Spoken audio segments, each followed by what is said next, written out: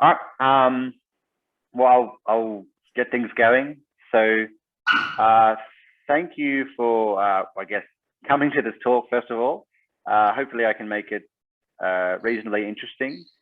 I'll have the chat window up. So if at any point, just throw, if anyone wants to ask a question, just throw your microphone on and ask it. Or if you're, or if you want, you can just chuck the question in the chat.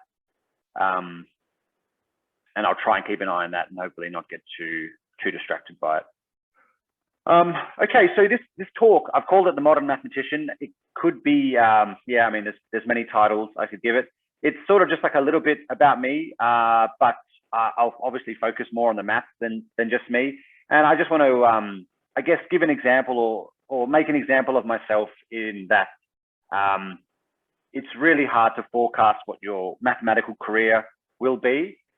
My advice is just that at any point in time, you drift towards the mathematics that interests you or excites you.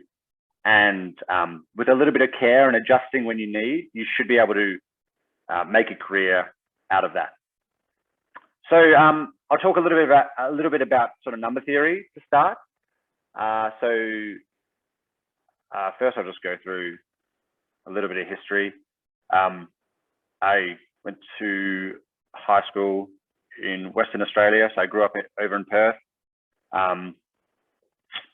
I then went and did I studied maths at UWA, and my honors was in like graph theory, in an area of graph theory called sort of expanded graph theory. So these are sort of really interesting little networks that I was looking at.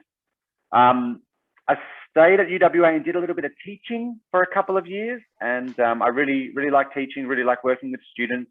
I find it to be quite rewarding. It's about prime. But then I wanted to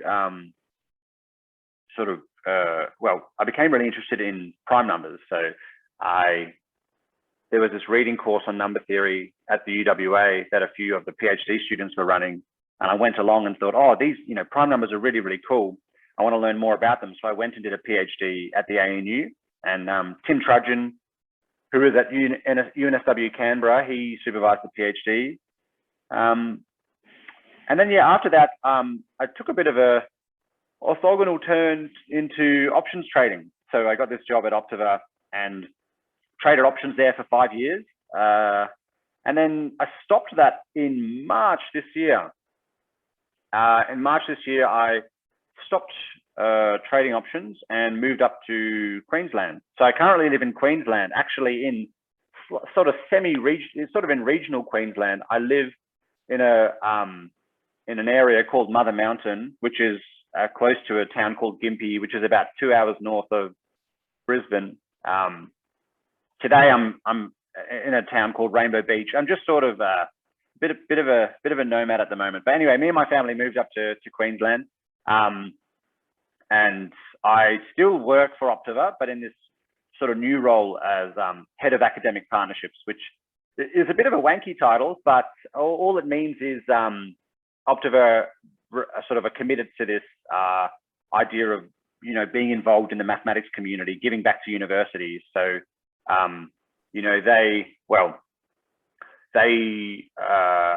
the idea is that I go and give guest lectures at universities in their courses. I, do outreach for, industry and that sort of thing. Yeah, the role is a little bit blurred with just what I do normally. So I do that sort of 20 hours a week, and I teach down the road at the University of the Sunshine Coast for a bit, and I do a little bit of research sort of in the evenings after the kids have gone to bed. So it's in number theory still. So what I'm doing right now is a little bit of a mishmash.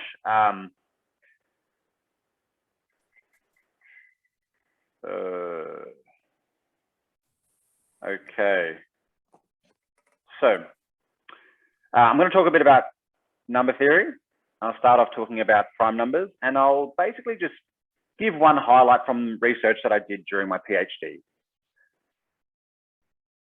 So the first part of this talk is fairly mathematical, but as this is a math society, this should be eaten up, hopefully.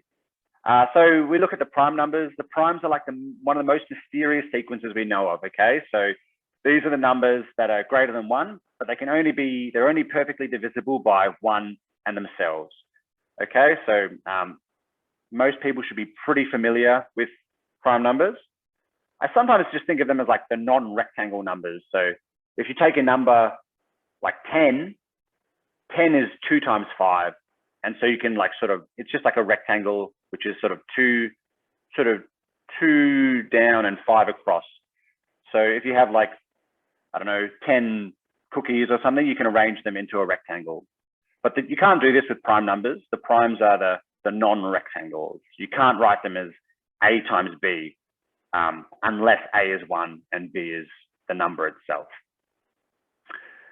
So why are primes interesting? Well, primes are like the atoms of arithmetic, or like the atoms of that make up all the numbers that we know of.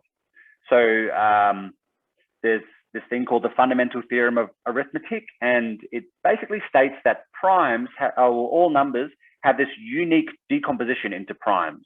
So for example, 17 is a prime number, it's just a prime number 17, but 60 can be built just using prime numbers. Okay, so it's 2 times 2 times 3 times 5. 33 can also be built just using prime numbers, so 3 times 11. So in this sense, all numbers are just made up of primes. They're either primes or they're just a bunch of primes multiplied together. And this sort of composition is unique up to, ordering of multiplication. So 60 will always be, 2 times 2 times 3 times 5. You'll need 2 2s, a 3, and a 5 to make 60. That's its molecular structure, if you like. That's how you have to build the number 60. And just like in chemistry, if you look at a molecule and you look at what makes up that molecule, you can get information like the melting point, or the melting point, boiling point, these sorts of things. I'm not a chemist, so I can't come up with these properties on the fly. But you look at the molecular structure of a molecule and you go, oh, cool, it must have these properties. And we can do exactly the same thing with numbers. So the molecular structure of a number can tell us some interesting stuff about it. I'm just going to give one example. So here's a number. What number is it? Well, it's 169,954,785. And if you break that down and you look at its molecular structure, it's 3 squared times 5 times 7 to the 4 times 11 squared times 13. Now, it turns out that when you look at this, when you look at the molecular structure, I've actually shaded some of those primes in red. What are the difference? Can anyone see the difference between the primes I've shaded in red and the primes that I've just left blue?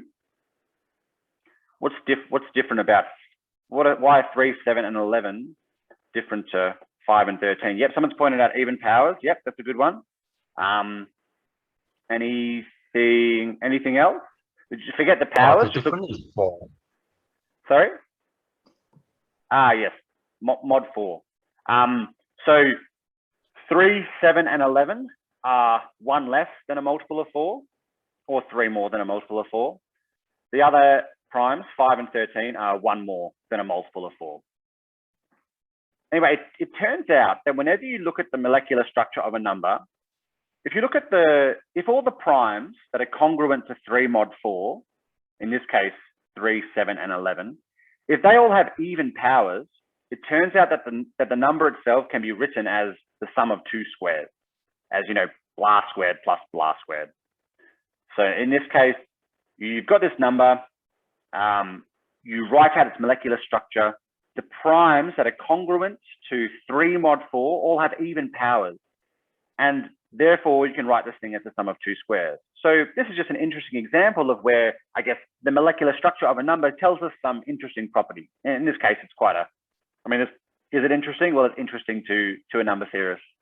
And that's all that counts here. So this result goes back to Euler in 1749. Any questions about that?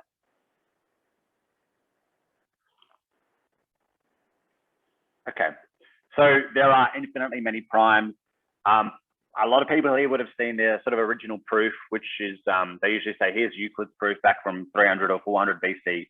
I'll give a slightly different one because we've all mostly have seen that Euclid's one. So there's a very quick, nice little constructive way to show that there's infinitely many primes. We just start with the fact that if you take two consecutive numbers, n and n plus 1, and you make sure that n is at least 2, you just start with the fact that they have no like prime factors in common. So if you take like 6 and 7, the prime factors of 6 are not the prime factors of 7, and vice versa. There's no intersection there. What does this mean? Well, let's have a look. So you take a number n, and this is going to be the first element in our sequence. Okay, we're going to construct a sequence of numbers, and the nth element in the sequence will have exactly n different prime factors, or have at least n different prime factors. And then we'll let n go to infinity, and this will sort of prove that there must be infinitely many primes. So we're going to explicitly construct a sequence. So just take a number n, and this is the first term in the sequence, a1. Well, this is either a prime or a product of primes. I mean, it's divisible by at least one prime, okay? a1 is divisible by at least one prime. Well, if you take that number, n, or a1, and you multiply it by the next number up, okay, which will be a1 plus 1, or n plus 1, you get this new number, a2. And this number must be divisible by at least two different primes, just from the fact that we know that n is divisible by a prime, and n plus 1 has no factors in common with n. It must be divisible by some new prime that's not in n. And then we just carry on. So we've got this number a2, which is divisible by at least two primes. So we just take a2 and we multiply it by the next number up, a2 plus 1. Because a2 plus 1 must contain at least one new prime that's not in a2. And that gives this thing.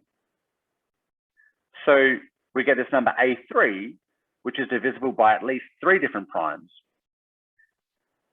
And just continuing in this way, we get that the nth term in the sequence must be divisible by at least n different primes. And then we can take n arbitrarily large. So this basically proves that there's infinitely many primes.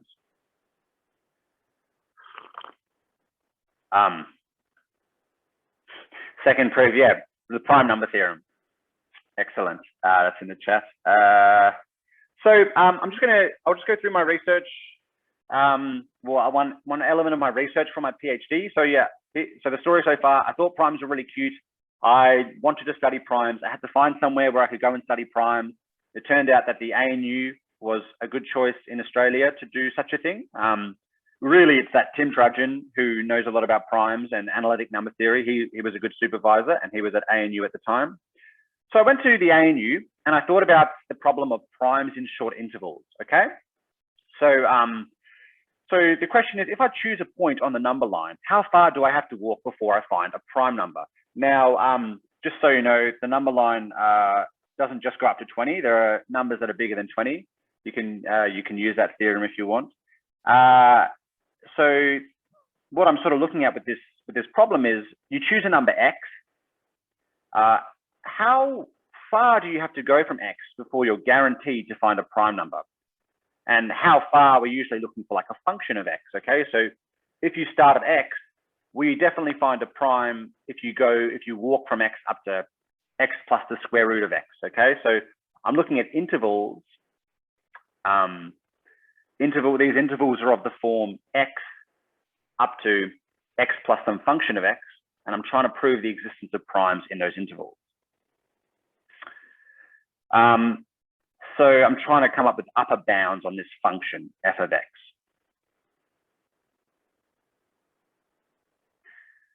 So there is a problem in this is like a really hot, well, not hot, but it's an area of research that a lot of people have looked at.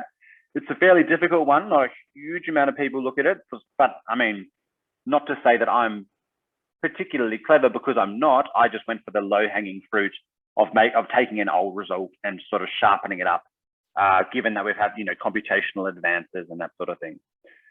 So this is conjecture, Legendre's conjecture, and his conjecture is that there's always a prime between any two consecutive square numbers. Okay, well, 1, 4, 9, 16, 25, they're our squares, and we can have a quick peek.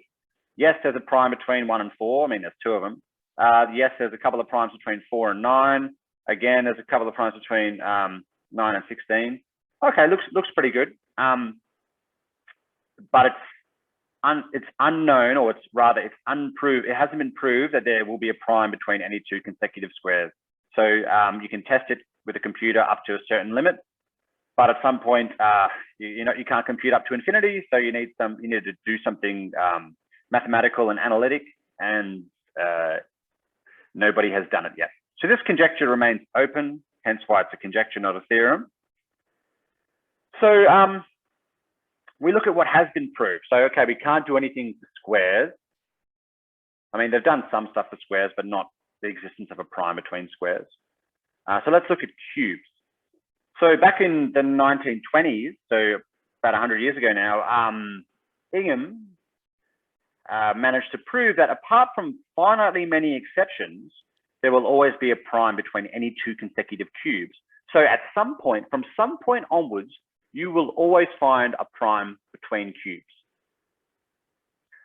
Now, these problems about primes between squares and primes between cubes, these are basically that problem about short intervals, primes in short intervals. Like you're starting at a square and you want to make sure that you can find a prime as you walk from that square to the next square.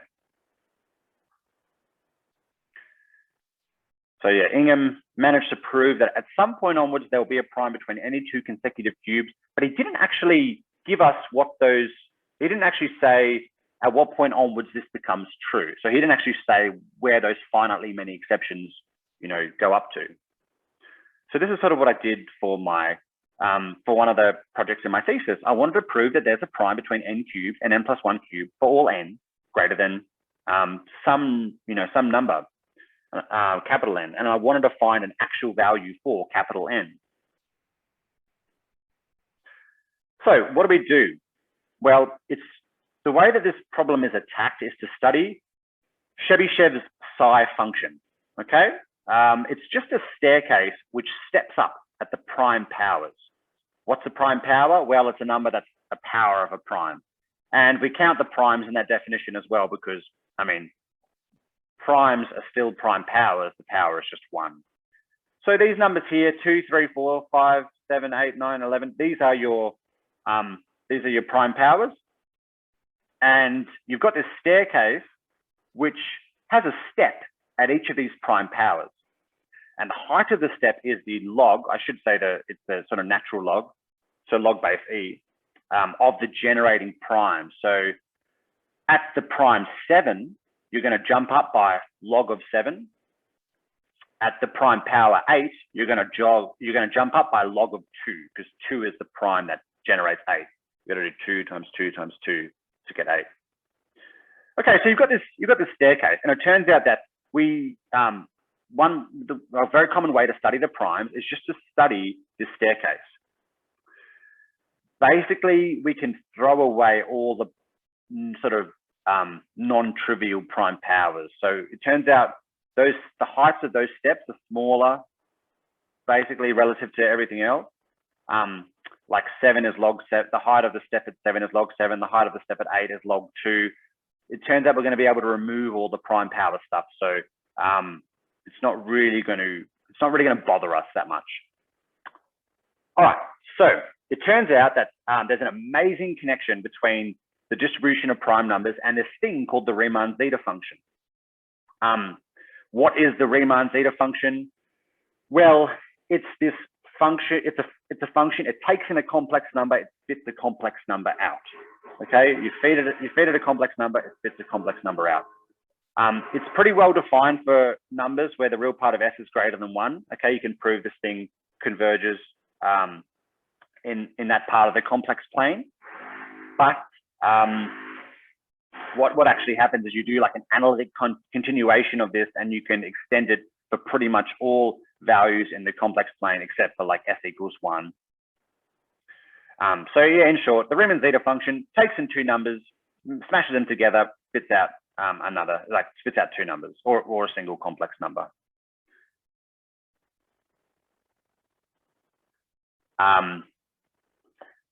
So there's this question This very famous problem about the Riemann zeta function.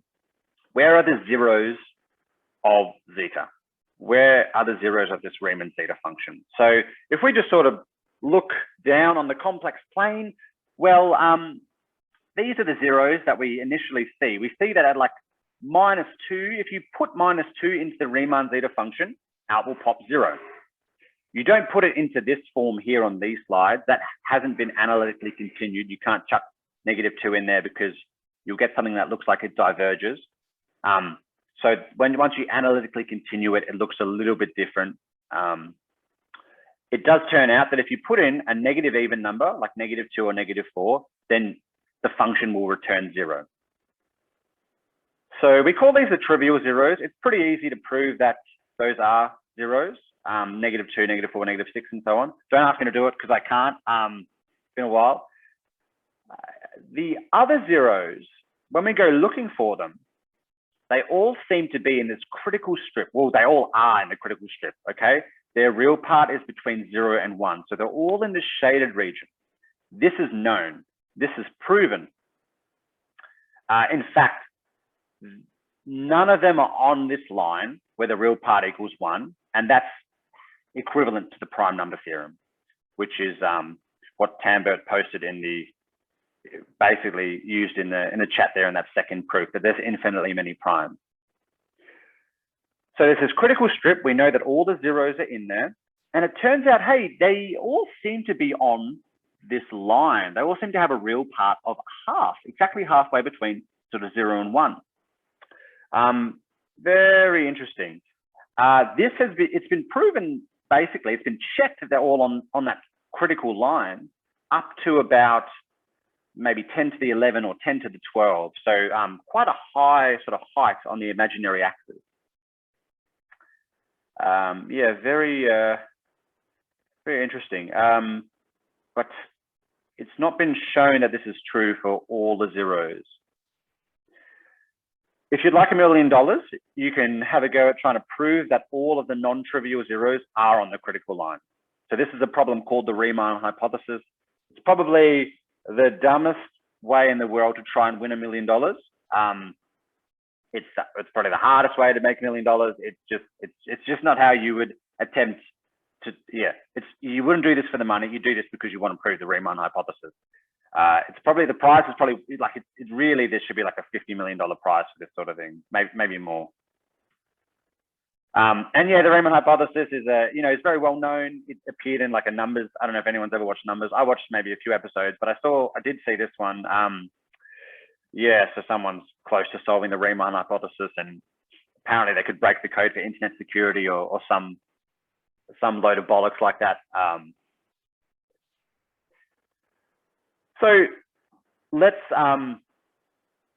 go back to why these zeros, why we want to know more about these zeros to know more about the prime numbers. Let's talk about this connection. Well, one thing that's really quite interesting that I'll just note here is the zeros occur in conjugate pairs, okay? If A plus BI is a 0, then A minus BI is a 0. There's reflection of zeros about the real axis. Now, we're going to look at the formula that connects our prime power staircase, psi of x. All right. It turns out that our prime power staircase is connected to those zeros. So the first thing, our prime power staircase, as it turns out, is very, very close to x. Okay. If you just go back to the prime power staircase, which was back here, if you draw the line y equals x on top of that, and then zoom out, so you're looking at it from very far back, like you plot it for all x up to 1 billion or something like that. That staircase will look very much like the function y equals x. Okay, they're asymptotically, they're basically the same. They're basically the same thing. But we know they're not, because x is a nice sort of straight line, and the staircase has all these sort of bumps and stuff there. So it's just our main term. There has to be something. There has to be something we add to x to actually get the staircasey structure of this Chebyshev psi function. And it turns out the thing we add is this sum. And this sum is a sum over the non-trivial zeros of the Riemann zeta function. Okay? And then there's also some boring error term as well. So this thing here is called the explicit formula. And just to go over it again, we have this prime power staircase. And how do you build that prime power staircase using the zeros of the Riemann zeta function? Well, you start by just drawing the line y equals x. And then you search for these non-trivial zeros of the Riemann zeta function, okay? The zeros with real part a half, and you feed them into this sum. And as you feed them in, you get that staircasey structure, okay? You chip away at that straight line y equals x, and you get this beautiful prime power staircase. There's some boring error term. I've just written it as boring error term because we don't really have to think about it. It won't sort of obscure the idea. So this connects the zeros of the Riemann zeta function with the prime numbers.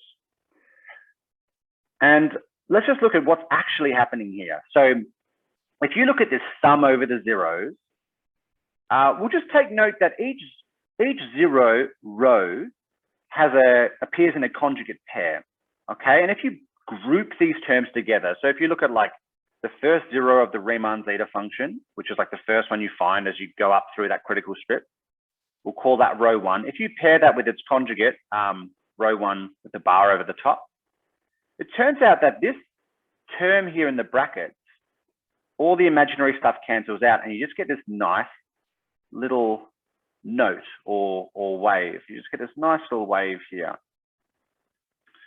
And the same thing, if you look at the second zero of the Riemann zeta function and pair that with its conjugate, you also get a nice little note. So each zero of the Riemann zeta function paired with its conjugate, as you put them into that sum, you actually get like a note. And as you play all these notes at the same time, you get exactly that sort of staircase-like structure that you're trying to remove from y equals x to get your prime power staircase. So let's just see how this works. So you go, okay, well, I've got to build a prime power staircase. That's what I'm doing today. I'm going to start with y equals x. Okay, the explicit formula says, okay, start with y equals x. Cool. That is a first and pretty terrible approximation to our prime power staircase. So what do? We start playing notes. Okay, so let's play one note. Let's put in the first zero in the critical strip and its conjugate. Put that into the sum and see what happens. Okay, we get that. Now we're just superimposing the line y equals x with that first little sine wave. Okay, so this thing here plus that thing there gives us that thing here. Okay, it's a bit wiggly now. Not really a staircase. I guess it's a little bit more staircasey. Let's play some more notes. Let's put 10 zeros into the Riemann zeta function. Plus, well, 10 zeros into the explicit formula, or that sum in the explicit formula. Okay, it's starting to look a little bit more like a staircase, sort of down here. Don't know what it's doing there. I mean, it's a OH&S hazard up the top if it's going to be a staircase. If we play 100 notes, if we take 100 zeros and their conjugate pairs and throw them into the sum, the explicit formula gives us this approximation for our prime power staircase. Okay, it looks pretty staircasey. Awesome. So the idea is the more zeros you chuck into the explicit formula, the more you can resolve the structure of this prime power staircase. Now, sometimes we want to get information about the zeros of zeta of f.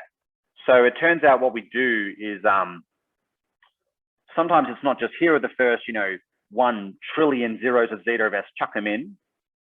Sometimes the information is stuff like, if we just go back to the slide with the zeros, sometimes we know things like, oh, there are no zeros on this line here. That's why it's sort of dashed in the picture. If you take that information that there's no zeros here and you chuck that into the explicit formula, you actually get the prime number theorem pop out. You actually get that sum over the zeros is relatively small versus x.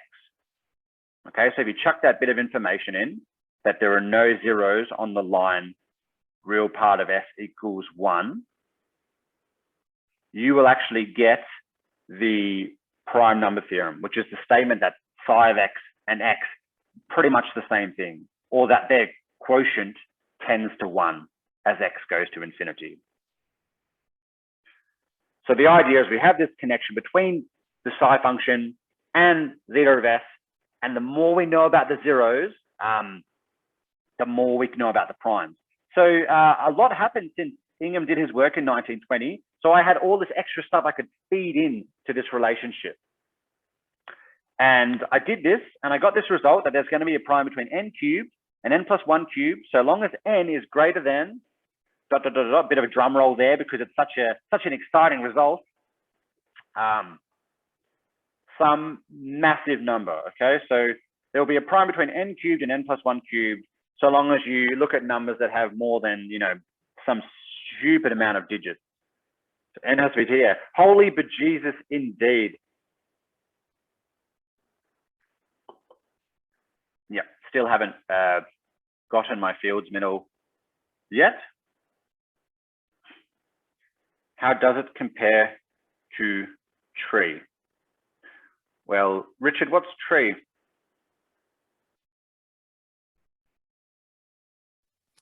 I'm hoping I've got the name right. Yeah. It's one of those. Other massive number. Yeah. I can't remember. It was in an article where they were talking about another massive number, which is had something to do with like exponential staircases or something like exponential towers, and it was like a number so big that you couldn't even fit it in the universe. Yeah. No, this is a little number for some people. It's a big number if we're trying to bridge the gap with like computation or something like that. It's a big number, but it's a number. It's something. So yeah, I mean, is this research? Yeah, it's research. You know, this is something we didn't know, and now we know it. We had all the sort of tools there. We had some ingredients. We had to put it all together and get the result. Cool. So after such incredible contributions to the theory of prime numbers, there's obviously still lots more to be done. If you're interested in number theory, I think it's just such a brilliant, interesting area to go into. Anyway, I decided that I'd go and do something else for a little bit. I'm a bit like that. I always want to learn new things. I'm very open mathematically. So I decided to jump and go into trading. So I did some preparation. You know, first I realized, yeah, this is something I want to do. I'm a fairly competitive person. I like video games. I like the maths of random walks. I enjoy probability problems. Like there were a few things at the time that were pushing me to go and do to try a career in trading. And I'm one of those people who I just follow the interesting mathematics, and then I do the work on the side so that I can make a career out of it if I need to. And I'll talk a little bit about that in the last sort of 20 minutes of this talk. So the last 20 minutes will focus on trading and basically like how to transition a little bit or position yourself to be able to like have a career. So I guess that's what happens when you finish your PhD thesis a year early. Yeah, so that primes between cubes result, I had that done in the first year of my PhD, and it was a fair bit of work. I worked on some other publications, and I had quite a few results during my PhD. So that was all wrapped up fairly early. But really, I think it's important to just, you know, always be allocating some small amount of time every week to doing something new. It's hard when you're an undergrad student, but you have, you know, your summers and stuff to try and, you know, 5 to 10 hours a week, do things like learn a programming language, have a look at, you know, what sort of, you know, understand a little bit about like, I don't know, machine learning or regression analyses or just some sort of interesting stuff. Everyone's different. Some people will want to go into academia. Some people will want to go into industry. You just have to make sure you're doing this stuff on the side. So I knew I wanted to go into trading. I sat in an undergraduate finance course. I practiced my programming. I applied for a lot of jobs, and I was sort of comforted by the fact that if there's a positive probability of success, then eventually I would have to get a job. Optiva gave me a call, so I took a job and I went from there. I took this job at Optiva.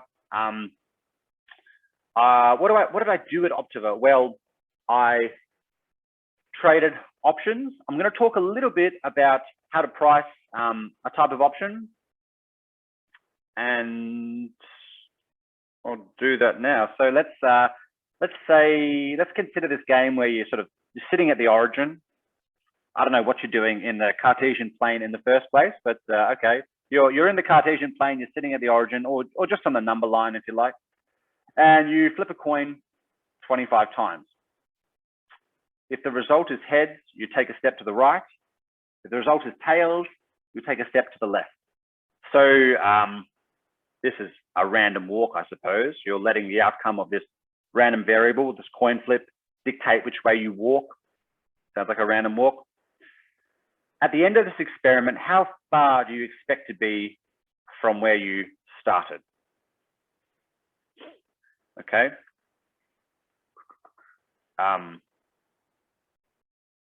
So I'm not asking where do you expect to be, because you expect to be at the origin. How far do you expect to be? So this is distance, this is non-negative. Actually, in this case, it's strictly positive because you're flipping the coin an odd number of times, so you can't end up at the origin after 25 flips. So anyone want to? Yeah, so we've got some suggestions, square root of n maybe, or 12.5, which is sort of half of 25. Yeah, so actually for this problem here, we do this. I've done this on campus a few times where we actually flip the coin and get someone to walk. I think I did this at sums for a sums talk maybe 4 or 5 years ago. So maybe a year into my career at Optiva, I did this activity in one of the rooms at Sydney Uni for sums for your predecessors. And yeah, I guess everyone's usually surprised because it's not as far as you expect. So there's a formula for the expected distance. It's roughly square root of 2n on pi, where n is the number of flips or steps. There's some sort of other terms as well, but the main term is 1, and as n gets large, all these other ones bugger off. So really, it's pretty close to square root of 2n on pi. In this case, n is 25, so it's like square root of 50 on pi. I guess 50 on pi. Between friends, that's about 16. So square root of 16, so it's about 4. Okay, so if you do this experiment, you expect to be about 4 units away from the origin at the end of this experiment.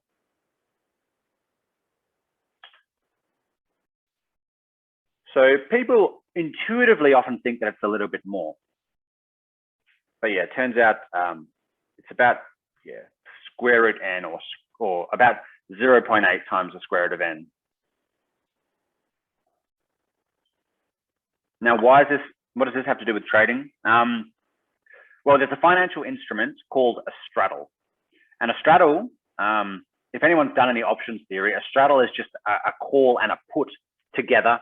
But basically, a straddle is an instrument that lets you sort of trade on the absolute move of a stock or a future or an ETF or whatever asset you're trading.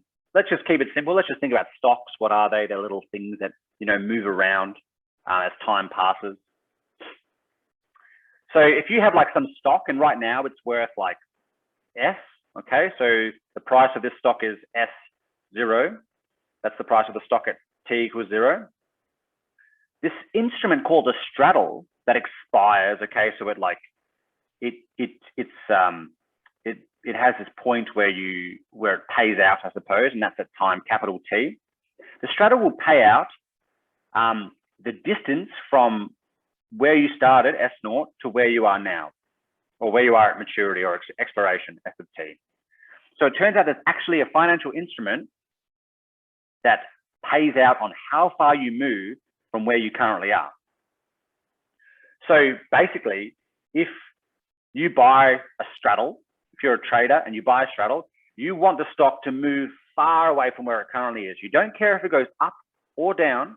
You just want it to really move, because then your payout is going to be how far it's how far it moves away from where it currently is. So you'll be sitting there going, please move, please just get away from where it is right now.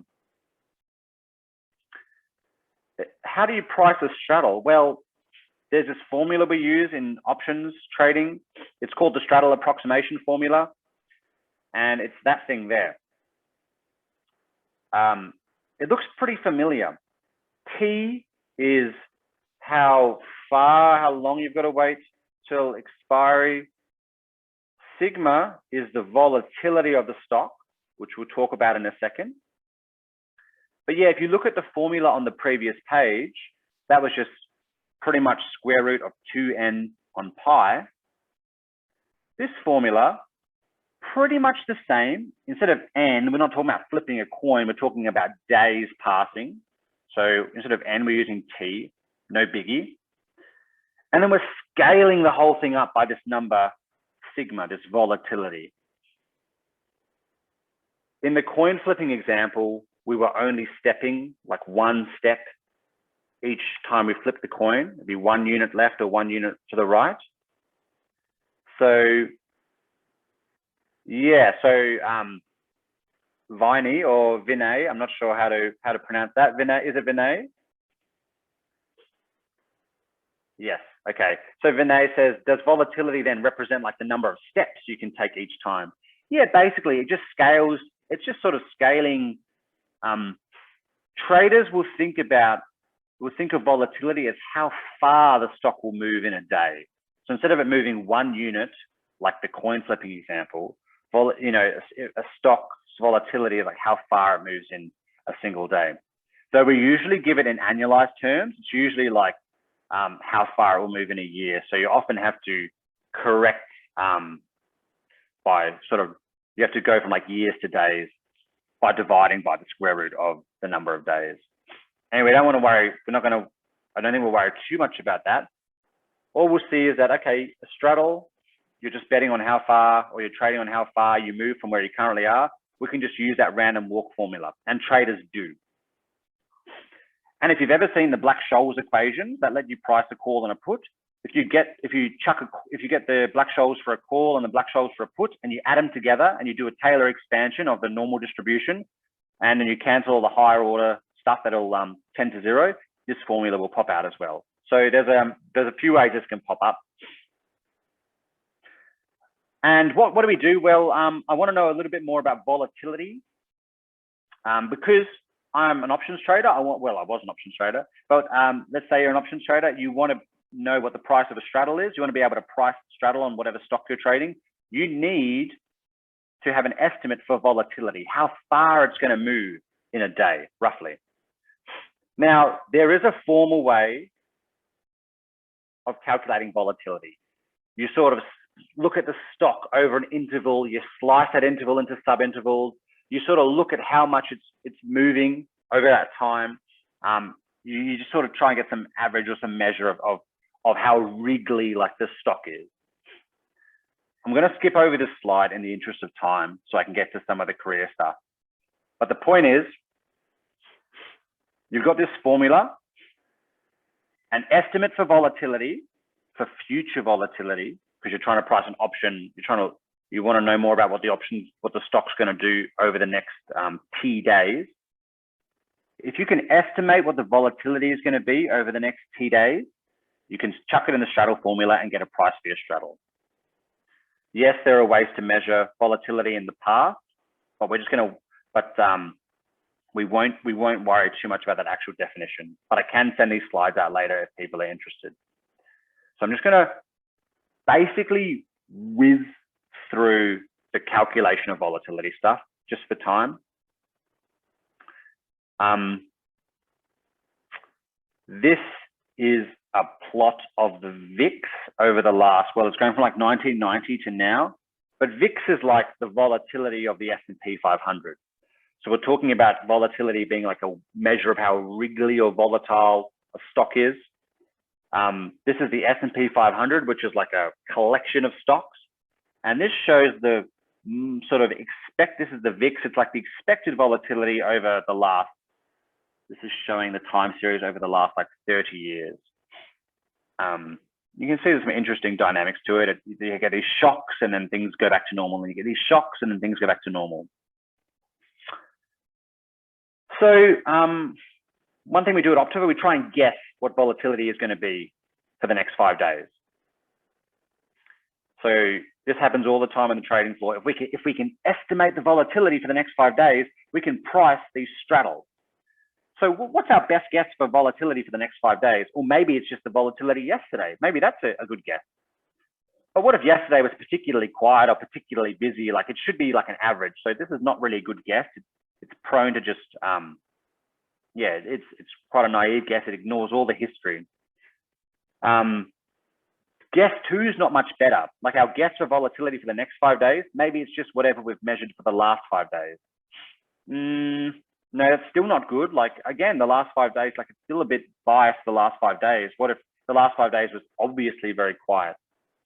All right, what about the last 1,000 days? This guess is, okay, maybe it's better. I don't know. I don't think it's better because now you're giving as much weight to a day 1,000 days ago as you are giving to yesterday. You want to have some sort of weight. You want to weight like recent days more. So you just keep like trying to, there's a typo in that guess, but you just want to keep trying to come up with like ways to like look at the volatility that we've had lately and smush it into like a guess.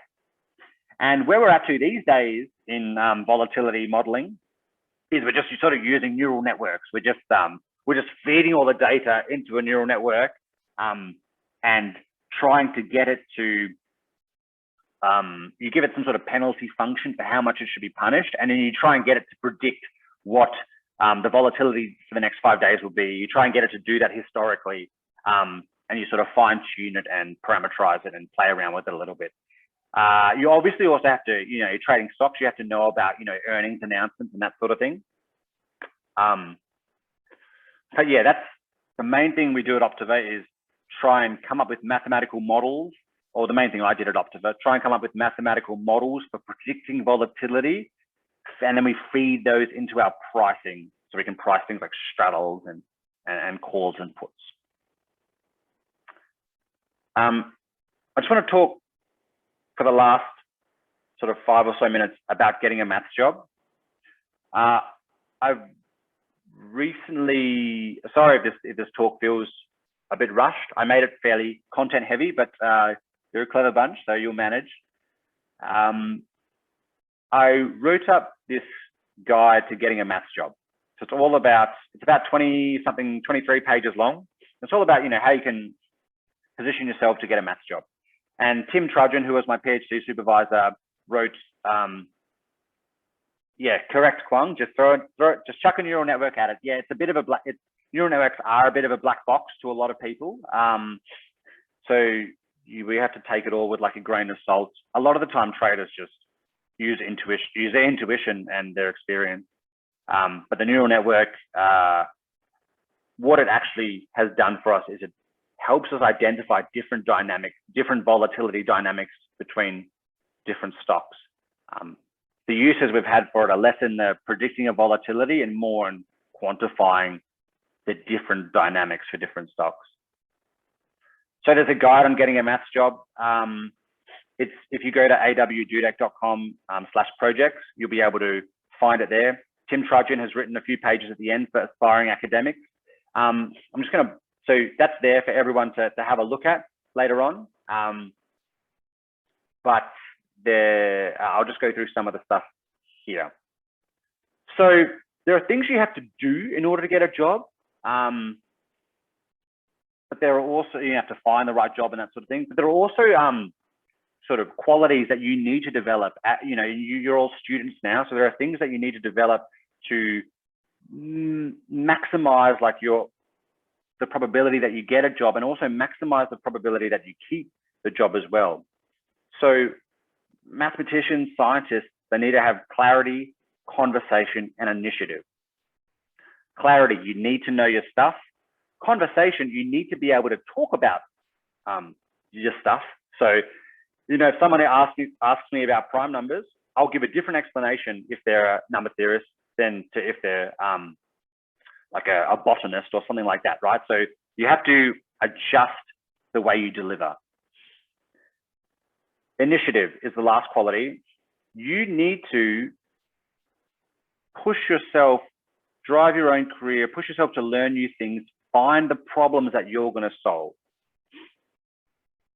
So in the guide, I go through how to develop these qualities.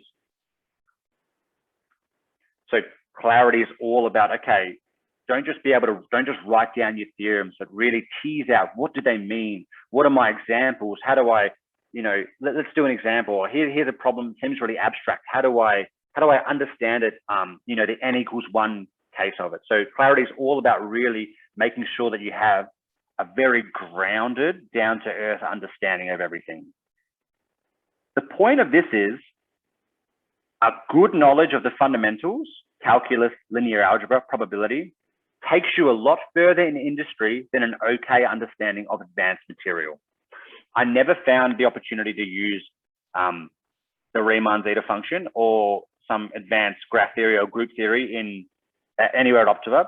I don't doubt that people in this audience could definitely do it, but most of the time, strong careers in industry are forged by being all over the fundamental stuff and using those things. Like one of the huge things I did at Optiva was there's this formula that was really hard to use because the inputs were like, what are these inputs? So all I did was like a change of coordinates matrix to change those inputs to something that we could intuit and measure a little bit better. And that changed a lot of things at Optiva. It changed the way we talked about this model, this formula. Now it's just a change of coordinates matrix from like first year linear algebra. It's a small thing, but it's a fundamental thing, but that's where you're going to really make, you're really going to have impact. The next quality is conversation, knowing the fundamentals, explaining your ideas. I think that's how business works, right? You explain your ideas well enough to people and they give you money to go do those ideas. How do you get better at conversation? This is all in the guide, but obviously writing as much as you can, keeping a blog, create like a problem-solving group with other students. Just active participation in sums is going to be really good, right? Like if you go to seminars and ask questions, if you have the opportunity to give seminars as well, like this is all really important. Reading groups where you go through a book together, but each week someone delivers a new chapter. All this stuff about taking a lot of information and concisifying it and making it really edible for your audience it's really, really, really key. So there's all information here. Initiative is the tricky one. But it's about being flexible. Don't box yourself in. Don't be like, I'm a pure mathematician, not an applied mathematician. Or I'm an applied mathematician, not a pure mathematician. Just be a mathematician and just say, these are the things that interest me right now, but it can change. You could be number theory one day, you could be trading options the next day. And you just don't want to box yourself in or put up these barriers, because really these barriers they're not really there, right? Like as long as you're doing the enjoyable maths, you're doing maths and you should be happy. And that's the way that I've gone about things. So just be open, try and drift with the maths that you find interesting at any point in time. Technology, there's more on this in the guide, but the important thing is you should learn to program in at least one language, okay? So get to the end of your degree. If you want a job in industry, make sure you can program in a language. And I can program in quite a few languages. And I think if you don't know any, I think Python is a really good one to go for. And there's instructions on getting started in the guide. The guide will have stuff like, don't type mathematician into a search engine. You should type, machine learning analyst or biostatistician or whatever. So yeah, definitely learn how to program in one language. And I'll end it there, right on the hour. I didn't really leave any time for questions, but people can hang, but I'm happy to answer questions, but if people need to go, then they can go. But I'm very happy to answer questions. So just ask them through your mic or chuck them in the chat and I'll do my best. But yeah, thanks for listening to the talk. And I'm sorry that it went for an hour continuously.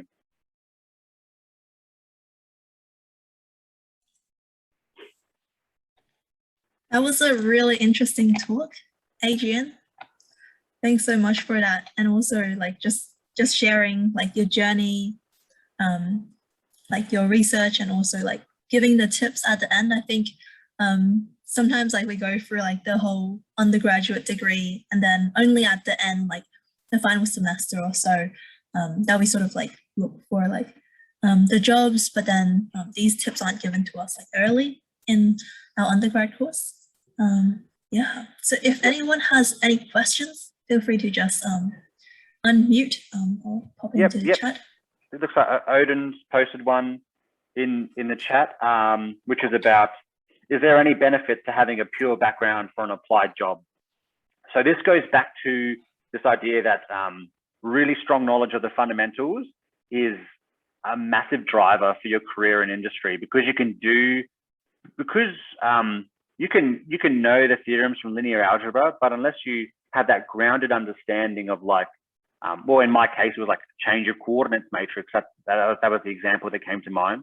Yeah, if you know that stuff really well, then you can make changes at like a really sort of key level. So when you do research in pure mathematics, like number theory, you're always going back to like your elementary stuff. Oh, what do I need to do? I need Cauchy-Schwarz inequality here.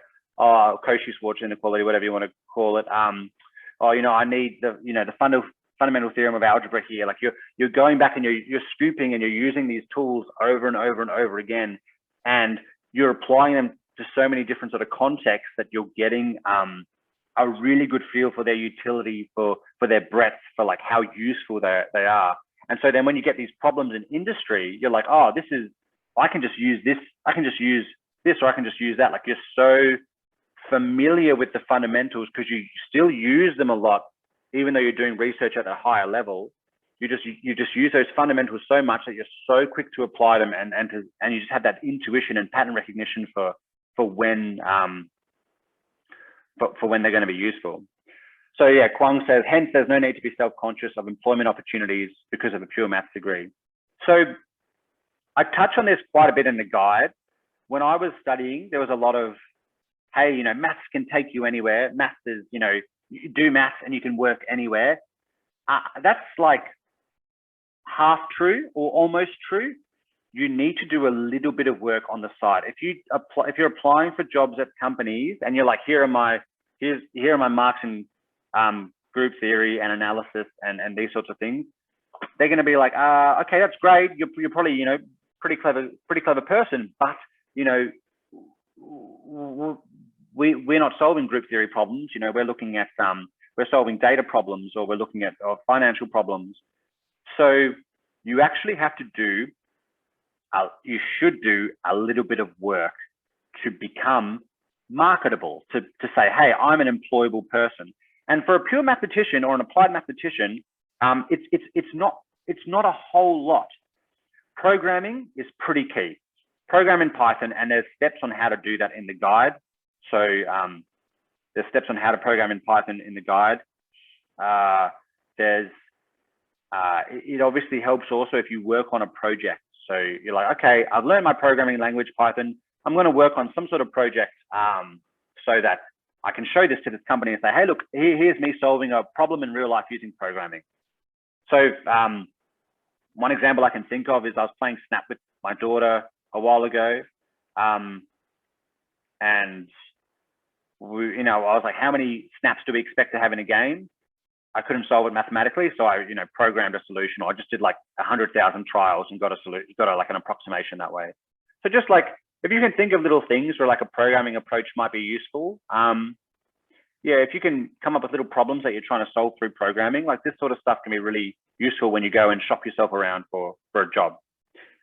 So then Kwong says, so the steps that need to be taken in order to become employable are pretty small compared to the pure math degree. Yeah, absolutely. Yeah, learning to program, and then also one of the big things is working out what job you want.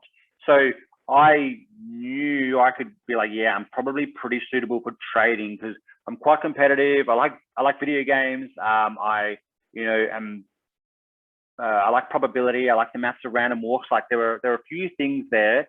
I like risks and betting and these sorts of things. There are a few things there that I'm gonna do that. But yeah, I mean, the pure maths part of your degree, if you're getting good marks in pure maths, then like companies will want to look at you. They'll be like, oh, this person's, you know, pretty sharp. But you also need to show, and this is like the initiative part, you also need to show a willingness to solve their problems on their time.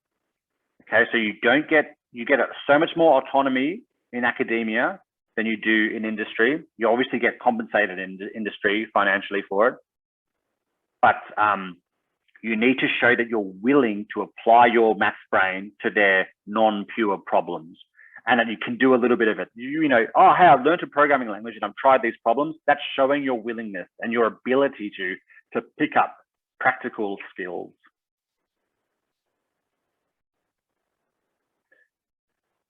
Are there any other questions? Feel free to read the guide and feel free to email me as well and ask any questions, or if there's any feedback on the guide or any yeah, I can do like an FAQ section in there. I'm starting to get questions come in from different groups about it. So I had one quick question. I don't know how if there's any advice you can give on it, but what you mentioned, like looking at, for example, your own personality and trying to figure out what kind of job you would want to do, what you'd enjoy doing, or do you have advice for people who are currently in the undergraduate, and let's say if they're doing double majors, let's say I'm kind of referring to myself here, of course, but other friends of mine as well, and people who I know are having this issue at the moment, who are trying to figure out where they'd want to go for honors and a PhD, and kind of which direction. You talk about it's difficult to forecast where you're going to end up, but for people who'd want to start moving in those kinds of directions earlier on, like when they come to decide their PhD, not exactly where they're going to go, but in the kind of general direction and trying to get a sense of that. Do you have any advice for people who are in that position now, and how they can kind of go about things that would help them figure out which directions they want to go in? Okay, so just like questions that you can ask yourself to sort of light up the path, I suppose. Yeah, I mean, I guess I could try and make this more explicit in the guide as well, because it's not particularly explicit. But some people they feel a draw towards like analysis versus algebra. Like you hear about this dichotomy a lot in maths. Of course, like again, choosing one side is sort of boxing yourself in a little bit, but you definitely drift. I definitely think you should drift towards the maths that you like. So are you, Tambert, are you first year, second year, third year? Yeah, it's complicated. I'm actually part-time, but I'm currently between second and third year, you could say. I'm doing my first third year units for maths. Yeah, and I'm a maths physics major. So for me, it's all about trying to find an area that, because I really like physics research, but I also really love pure maths. And so the thing is, but I also have really no idea where I'm going to end up with this. I know that I'd have to end up in some situation where I would still be able to learn things relating to pure maths, but I don't know if that would be research. So really that's the context of this question, like being in that position. And let me say, first of all, you never have to stop learning your whole life. So even while I was at Optiva and now, I've always been just wanting to learn new things. So at Optiva, I was learning about machine learning, and then even recently I've gone back to number theory, and I'm like, oh, I really need to know Fourier analysis. My Fourier analysis is really weak. So now I'm going through like a book on Fourier analysis, and it's a little bit, it's always going to be a little bit like that. So, and you sometimes you're not going to know until you try. So if you like physics and you like pure math, well, then you're probably going to be looking at more theoretical areas like general relativity and that sort of thing, where you're with or quantum mechanics. I haven't done physics in so long, but like you could want to be looking at areas that are sort of at the intersections of both of those areas. So more like theoretical physics, I suppose. you can keep both doors open for as long as possible as well. And like maybe you go at some point, like a PhD, if you're looking at doing a PhD one day, a PhD is just a project in a very specific area. So I guess that's the important thing. You're choosing a project that you think, oh, that's really interesting, and I want to work on that. I'll see if I can add some stuff to the guide on the questions that you can ask yourself. But yeah, people just tend to be like, oh, I like this introduction to algebra unit. Oh, I like this introduction to group theory unit. I'll do more group theory. And then they get to honors and they're like, I'll look at group theory projects. And then they look at all the group theory projects and they're like, oh, this one's really interesting. I'll take this one on. They do it for honors. And then they really like it, then they keep doing it for their PhD, or they try something different for their PhD. I mean, I went from graph theory to number theory. It's going to be different for everyone. But I think most people are pretty good at identifying the maths that they don't like. Oh, I don't like this. Oh, this is too messy. And that. So it's really just a bit of a touch and feel, and it's going to be different for every individual. I don't know if that was particularly helpful.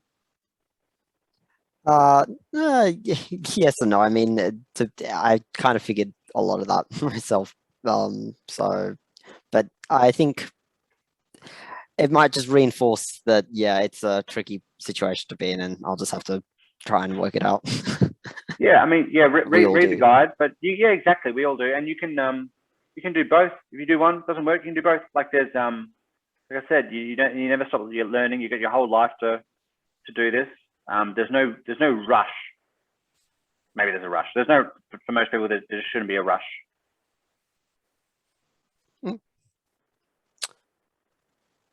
Oh, thanks. That's yeah, I'll just pass it on to the next person. But yeah, thanks. No, that's all right. Hello, Yudi. No worries for the talk. Good to see you again.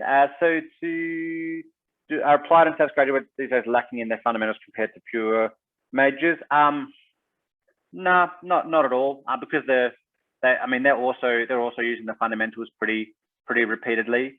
And the good thing about like the applied graduates, like the ones that we get, are really they know a lot of not just the terminology, but they know a lot of techniques that I won't know. So when I add Optiva, I'm obviously a pure maths guy. I had to be like, okay, what is a principal component analysis? And then I have to work out how to do that. Okay, what is a neural network? And I have to learn how to build one of those. Okay, what is logistic regression? Like I've got to pick up the tools one by one. Whereas, and then it might not even be the right tool for the job. Whereas a lot of the applied and stats graduates come in and they're just like, this is a technique you use. No, don't use that. You'll overfit. Or they just have such a good knowledge of it. So they're applied and stats graduates are obviously like extremely well placed to go into industry. Their fundamentals, yeah, I don't think they're lacking at all. Or if they are, it's not noticeable.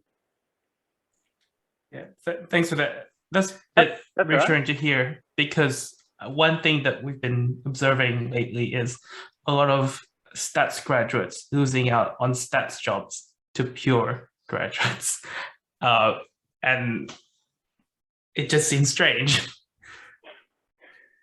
Yeah, well, that's it. Like, so